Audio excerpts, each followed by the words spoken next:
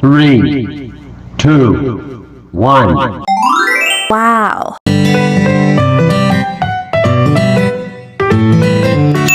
For today's video nga, mag-unbox tayo ng mga pinamili ni Habi sa Shopee.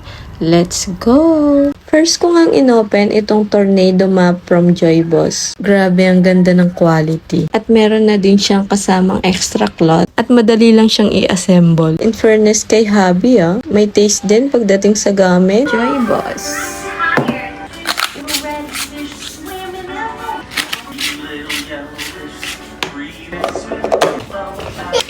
Wow!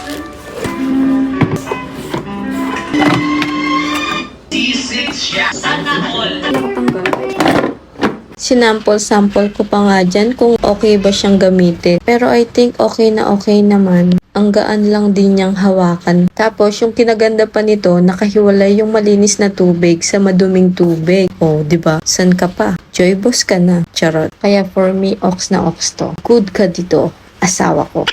Next naman, itong mga meat organizer and food container. Meron na rin siyang pre-sticker label. Kung gusto mong ilagay yung mga names ng bawat laman. Alam nyo bang ang tagal na itong naka-add to cart sa Shopee ko? Pero hindi ko mabili-bili. Kasi nga ang mamahal. Yung asawa ko lang pala yung makakabili nito. Kalugod na talagang asawa niya. Lab na kaya. Da kaya yugsi. Excited na rin akong gamitin sila. Sigurado magagamit at magagamit to. Since every week naman akong namamalengke at nag-i-stock ng pang 1 week ulam namin araw-araw. Nice! At dito ako lalong na-excite. Finally, may oven na naman ako!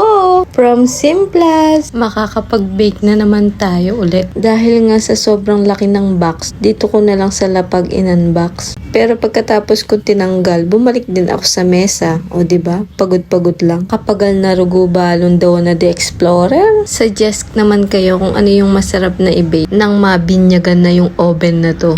Lalo na lately, always ulam yung mga niluluto ko. Para maiba naman, di ba? Mahilig ang mga bata sa food at gusto nila pag ako yung nagluluto, napapasarap yung kain nila. Yun no? Naks naman. Grabiness!